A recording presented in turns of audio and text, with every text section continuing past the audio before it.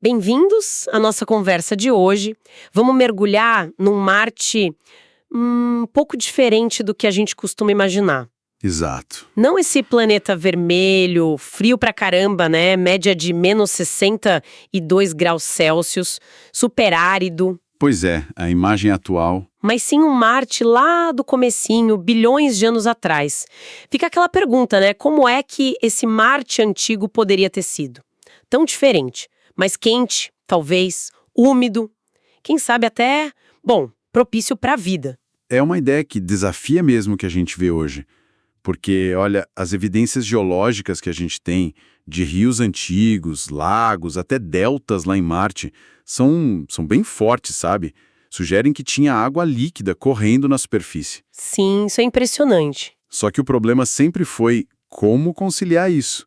Um Sol mais jovem, mais fraco, e uma atmosfera que, pelos modelos antigos, não parecia conseguir segurar calor suficiente. Sempre foi um quebra-cabeça danado para a ciência. É o tal paradoxo do Sol jovem e fraco, né? Aplicado a Marte. E agora parece que a chave para esse mistério todo talvez estivesse, assim, borbulhando lá embaixo da superfície. Ou melhor, estava, né? Bilhões de anos atrás. Exato. Tem uma linha nova de pesquisa que está sugerindo que o supervulcanismo de Marte foi essencial, mas de um jeito meio inesperado. Não é só a quantidade de vulcão, mas o tipo de gás que eles soltavam. Precisamente. A visão está mudando um pouco. Antes, o pessoal focava muito no dióxido de enxofre, o SO2, como sendo o gás vulcânico principal para o clima. Certo. Mas pesquisas mais novas, tipo essa que saiu na Science Advances, lá da Universidade do Texas, em Austin, colocam outros gases na jogada. Umas formas de enxofre que a gente chama de quimicamente reduzidas. Reduzidas. O que isso quer dizer nesse contexto? Basicamente são compostos de enxofre que não estão totalmente ligados com oxigênio, sabe? A gente está falando de gases tipo o sulfeto de hidrogênio, o H2S, aquele do cheiro de ovo podre, Ah, sim. o disulfeto, S2, e um que chama muita atenção pelo potencial, o hexafluoreto de enxofre, SF6. A presença e o jeito como esses gases agiam na atmosfera antiga de Marte podem, assim, reescrever a história do clima do planeta. Então, a nossa análise hoje vai fundo nisso. Como é que esses gases de enxofre específicos, principalmente esse tal de SF6, poderiam ter funcionado como um super cobertor térmico, né? Aquecendo Marte o bastante para ter água líquida? Uhum. E mais, né? O que isso significa para a possibilidade de vida microbiana e como é que uma descoberta quase sem querer de um robozinho lá em Marte se encaixa nisso tudo. Ok, vamos começar a desembrulhar essa história, começando pelo próprio enigma do clima antigo de Marte. Como a gente já falou, né, o clima de Marte lá atrás, bilhões de anos, é um mistério. As formações geológicas que parecem ter sido feitas por água líquida, elas estão por toda parte. Vales de rios secos, leitos de lagos antigos, minerais como argilas, sulfatos hidratados, tudo isso aponta para um passado com água na superfície. É muita evidência. O X da questão é que os modelos de clima que usavam mais CO2 e vapor d'água como gases estufa, eles não conseguiam, sabe? Não de forma consistente, pelo menos. Não conseguiam esquentar o planeta o suficiente para a água não congelar, ainda mais com o Sol mais fraco na época. E o vulcanismo? Marte teve vulcões gigantescos. O Olympus Mons é o maior do sistema solar. Essa atividade toda não devia ter soltado gás suficiente para esquentar o planeta. Sim, a atividade vulcânica massiva é um fato, né? Sempre fez parte da conta. Vulcões soltam gases que podem aquecer a atmosfera, claro. O problema, em parte, era achar que o principal gás de enxofre era só o SO2. Porque o dióxido de enxofre ele tem um papel meio duplo, é complicado. Ele pode funcionar como gás estufa, segurando calor, mas ele também pode formar umas partículas aerossóis lá na atmosfera que refletem a luz do Sol de volta para o espaço. Aí esfria. Ah, então o efeito final do SO2 era meio incerto. Podia até mais atrapalhar do que ajudar no aquecimento. Exatamente. Dependendo de como estava a atmosfera, da altitude que a CO2 chegava, outras reações químicas, o efeito de resfriamento podia anular ou até ser maior que o aquecimento. Muitos modelos que focavam só no SO2 sofriam para gerar um aquecimento real, sabe? Que durasse. Parecia que faltava alguma coisa. Entendi. E essa peça que faltava pode ser justamente essa química diferente do enxofre, a das formas reduzidas que você mencionou. Como é que a pesquisa chegou nisso? Você falou que usaram meteoritos marcianos. Isso. A equipe lá do Texas, liderada pela doutoranda Lúcia Bellino, da Jackson School of Geosciences, fez uma coisa bem inovadora. Eles pegaram a composição química de meteoritos marcianos. Que são pedaços de Marte que caíram aqui na Terra, né? Exato. Nossas amostras do interior do planeta. E usaram isso como ponto de partida para rodar mais de 40 simulações em computador, bem complexas. O objetivo era modelar a composição dos gases que saíam direto do magma de Marte. Então, em vez de só chutar o que saía dos vulcões com base no que a gente vê hoje, ou em modelos mais simples, eles tentaram rastrear a química desde a fonte, lá do manto marciano. Precisamente, essa é a grande sacada. Eles rastrearam como o enxofre se comportava desde as profundezas do manto, como ele entrava no magma que subia e, finalmente, como ele era liberado na atmosfera nas erupções. Isso dá uma imagem muito mais fundamental, sabe, da química dos gases vulcânicos primários antes deles serem alterados lá na superfície ou na alta atmosfera. Faz sentido. Modelos anteriores muitas vezes partiam de suposições sobre o que era emitido na superfície, que pode não ser a mesma coisa que saiu lá de dentro. E qual foi o resultado dessas simulações todas? O resultado foi que, dadas as condições químicas que eles deduziram para o interior de Marte a partir dos meteoritos, a liberação de gás vulcânico provavelmente soltaria quantidades bem significativas dessas formas reduzidas de enxofre, H2S, S2 e, o que é bem notável, o SF6. A química lá dentro favorecia esses gases e não uma liberação massiva só de SO2. Certo. E por que esses gases reduzidos são tão importantes para o clima? Você falou que o SF6 era especialmente potente. O que é fascinante aqui é a eficiência desses caras como agentes de efeito estufa.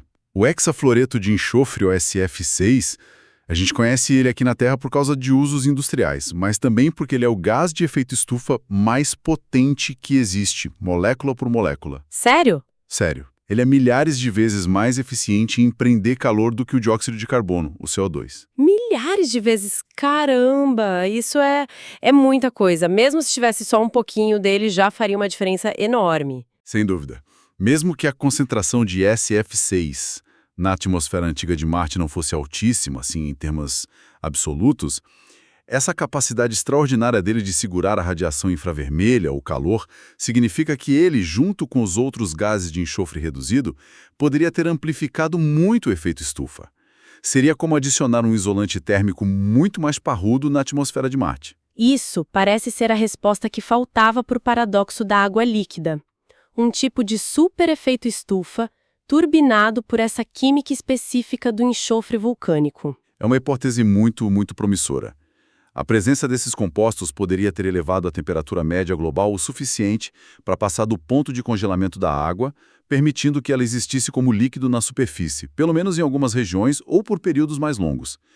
Isso muda fundamentalmente o jeito da gente pensar sobre a química e o clima de Marte lá no começo. E as simulações mostraram mais alguma coisa sobre essa atmosfera antiga, rica em enxofre? Sim, uma possibilidade interessante que a Lúcia Bellino levantou foi a formação de uma atmosfera enevoada, sabe? Uma hazy atmosphere, por causa desses gases de enxofre reduzido. Essa névoa, feita de partículas fininhas, poderia ter tido seus próprios efeitos no clima, mas também poderia ter criado um ambiente químico que ajudasse a formar ainda mais gases estufa potentes, como o próprio SF6. Tipo um ciclo que se retroalimenta para o aquecimento. Interessante isso. E o estudo fala também de um ciclo do enxofre que dominava Marte antigo. Isso tem a ver com essa ideia de gases reduzidos versus oxidados? Sim, conecta direitinho. A ideia do ciclo do enxofre vem da comparação entre o interior e a superfície de Marte. Como a gente viu, os meteoritos, que são amostras lá de dentro, indicam que o enxofre no manto de Marte estava principalmente no estado reduzido. Certo. Por outro lado, a superfície de Marte hoje é lotada de minerais de enxofre oxidado, como os sulfatos, que é enxofre ligado com oxigênio. que os rovers e satélites acharam aos montes. Ah, então o enxofre saiu dos vulcões de um jeito reduzido e, quando interagia com o ambiente na superfície, virava outra coisa, oxidado. Exato, isso sugere um ciclo geoquímico bem dinâmico. O enxofre reduzido, tipo H2S e S2, era cuspido pelos vulcões para a atmosfera. Lá, ou já na superfície, ele reagia com outras coisas, tipo oxigênio mesmo, que tivesse pouco, ou água, e aos poucos ia se oxidando, formando no final das contas os minerais de sulfato que a gente vê hoje. Esse processo contínuo de liberar enxofre reduzido e ele se oxidar depois deve ter sido um ciclo chave na química do planeta nos primeiros bilhões de anos. E é aqui que a história fica ainda mais palpável, né? Porque teve uma descoberta lá em Marte que parece confirmar essa ideia de um jeito inesperado. Sim, e é uma história fantástica, pura sorte científica. Enquanto essa pesquisa das simulações estava rolando aqui na Terra, lá em 2024, o rover Curiosity da NASA estava explorando a cratera Gale em Marte. E no meio do trabalho dele, ele acabou quebrando sem querer uma rocha que estava analisando. Sério? Sim. E aí, quando ele foi olhar o interior fresco da fratura, ele achou uma coisa inédita. O quê? O que ele achou? Cristais de enxofre elementar puro. Enxofre na forma mais básica dele, S, sem estar ligado quimicamente com oxigênio, como nos sulfatos, ou com hidrogênio, como no H2S. Foi a primeira vez que enxofre elementar foi identificado sem sombra de dúvida em Marte. A gente sabia que Marte tinha muito enxofre oxidado, os sulfatos, mas achar enxofre puro foi uma surpresa e tanto. Uma surpresa que, nossa, encaixou como uma luva aí nas simulações. Exatamente. Um dos coautores do estudo das simulações, o Shengguang Sun, ele mesmo destacou essa conexão. Ele disse, olha só, um dos pontos-chave da nossa pesquisa é que à medida que o S2, o disulfeto, era emitido pelos vulcões nas simulações, ele se precipitava como enxofre elementar. Ou seja, o modelo de computador deles previu que um dos principais gases de enxofre reduzido liberados, o S2, quando chegasse na superfície ou na baixa atmosfera, ele ia se decompor e se depositar como enxofre puro. E o Curiosity, a milhões de quilômetros daqui, tropeçou justamente nisso. Isso é uma validação incrível. A teoria prevê um depósito específico e a observação, mesmo que por acidente, encontra exatamente esse depósito. Uau! É uma convergência impressionante entre a modelagem teórica e a observação direta em Marte. Dá muito mais força para a hipótese de que esses gases de enxofre reduzido tiveram mesmo um papel central na química e no clima de Marte primitivo. Não é mais só uma ideia teórica, entende? Tem uma prova física encontrada lá no local que bate com as previsões. Isso nos leva para as implicações maiores. Se Marte era mais quente, tinha água líquida por causa dessa química toda do enxofre vulcânico. O que isso significa para a possibilidade de ter existido vida lá? As implicações para a astrobiologia são profundas.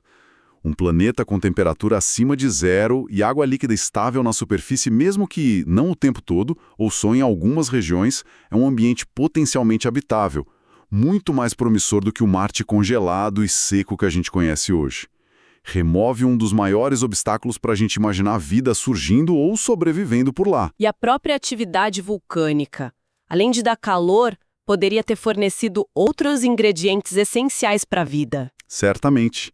Essa é a próxima fronteira da investigação agora. Os pesquisadores querem ver se essa mesma atividade vulcânica gigantesca poderia ter fornecido não só calor em uma atmosfera mais grossa, mas também fontes de água, liberada como vapor vulcânico, e, o que é crucial, nutrientes e fontes de energia química. Nutrientes como o próprio enxofre. Sim, exatamente. Os compostos de enxofre reduzido, tipo o H2S e o sulfeto de hidrogênio, são usados por certos tipos de micróbios aqui na Terra como fonte principal de energia. É um processo chamado quimiossíntese. E isso abre um paralelo fascinante com alguns dos ambientes mais extremos e ainda assim cheios de vida aqui no nosso planeta. Você está falando daquelas fontes hidrotermais no fundo do mar? Isso levanta uma questão importante. Sim, pensa nas fontes hidrotermais lá no fundo dos oceanos da Terra.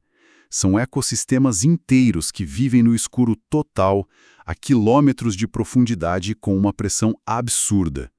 A base da cadeia alimentar lá não é a luz do sol, a fotossíntese. É a energia química que sai da interação da água quente, cheia de minerais, que brota do fundo do oceano com a água fria em volta. E muitos desses minerais são justamente compostos de enxofre reduzido. Então a ideia é que Marte antigo poderia ter tido ambientes parecidos, sistemas hidrotermais talvez debaixo da Terra ou em lagos aquecidos por vulcões, cheios de água e desses gases de enxofre reduzido. Exatamente.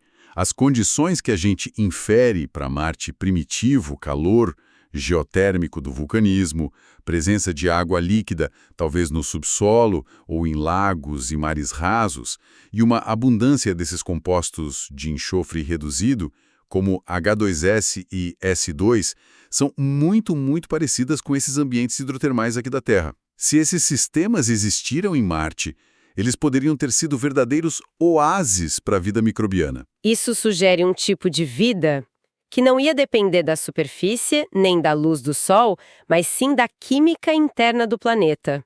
Uma vida diferente. Precisamente. Poderia ser uma biosfera subterrânea, ou concentrada perto dessas fontes de calor e química, vivendo da energia do enxofre. Se a vida surgiu em Marte, ou mesmo se chegou lá de alguma forma, por exemplo em meteoritos, esses ambientes sulfurosos e hidrotermais poderiam ter sido um refúgio e um sustento ideais, protegidos talvez das condições mais duras da superfície, como a radiação. Faz muito sentido como um nicho em potencial. E quais são os próximos passos agora, para testar melhor essa hipótese e refinar ela? Bom, o passo lógico agora é pegar esses dados novos sobre a composição dos gases vulcânicos, especialmente a presença e a potência do SF6 e dos outros compostos reduzidos, e colocar eles em modelos climáticos globais de Marte mais sofisticados. O objetivo agora é quantificar melhor o quanto aqueceu e, principalmente, determinar por quanto tempo essas condições mais quentes e úmidas podem ter durado. Entender a duração dessa janela habitável deve ser fundamental, imagino, porque uma coisa é um piscar de olhos geológico, outra coisa são centenas de milhões de anos, né? Faz toda a diferença para a vida. Sem dúvida. A longevidade é a chave. Para a vida não só surgir, mas também evoluir, se diversificar, deixar marcas que a gente possa detectar hoje, precisa de tempo. Os modelos climáticos futuros vão tentar simular a evolução da atmosfera de Marte ao longo de centenas de milhões de anos, levando em conta a diminuição da atividade vulcânica, as perdas de atmosfera para o espaço, para tentar estimar quanto tempo durou essa era potencialmente mais quente e úmida turbinada pelo enxofre. Então, o que tudo isso significa, assim, resumindo? Parece que a história do clima de Marte está ganhando uns capítulos novos e bem fascinantes. Significa que o papel do vulcanismo na habitabilidade de Marte pode ter sido ainda mais central e mais complexo do que a gente pensava. Não era só soltar calor e CO2, era soltar uma mistura específica de gases de enxofre reativos, H2S, S2, SF6, que podem ter criado um efeito estufa potente o suficiente para manter a água líquida. É uma mudança de visão que reconcilia melhor as evidências de água na geologia com os desafios do Sol jovem e fraco. E a descoberta do enxofre elementar pelo Curiosity dá um pilar de observação bem forte para essa ideia. Uma ideia que, imagino, dá um gás novo na busca por vida passada em Marte, né? Talvez direcionando o foco para áreas que mostram sinais de atividade vulcânica e hidrotermal antiga. Com certeza. Abre novas perspectivas para a astrobiologia e pode ajudar a refinar as estratégias de busca por bioassinaturas em missões futuras para Marte, focando em lugares onde essa química do enxofre pode ter criado ambientes habitáveis que duraram bastante tempo. Para a gente fechar nossa conversa, fica uma reflexão final. Se Marte antigo realmente teve esses ambientes ricos em enxofre, parecidos com as nossas fontes hidrotermais, que tipo de biologia exótica, adaptada a esse mundo vulcânico, poderia ter se desenvolvido lá? Que metabolismos únicos poderiam ter evoluído para tirar a energia do enxofre sem luz solar abundante? E como é que a gente poderia reconhecer os vestígios químicos ou talvez fósseis dessa possível biosfera sulfurosa hoje? Talvez escondida sob a superfície ou preservada em rochas antigas. É algo para a gente continuar explorando, sem dúvida.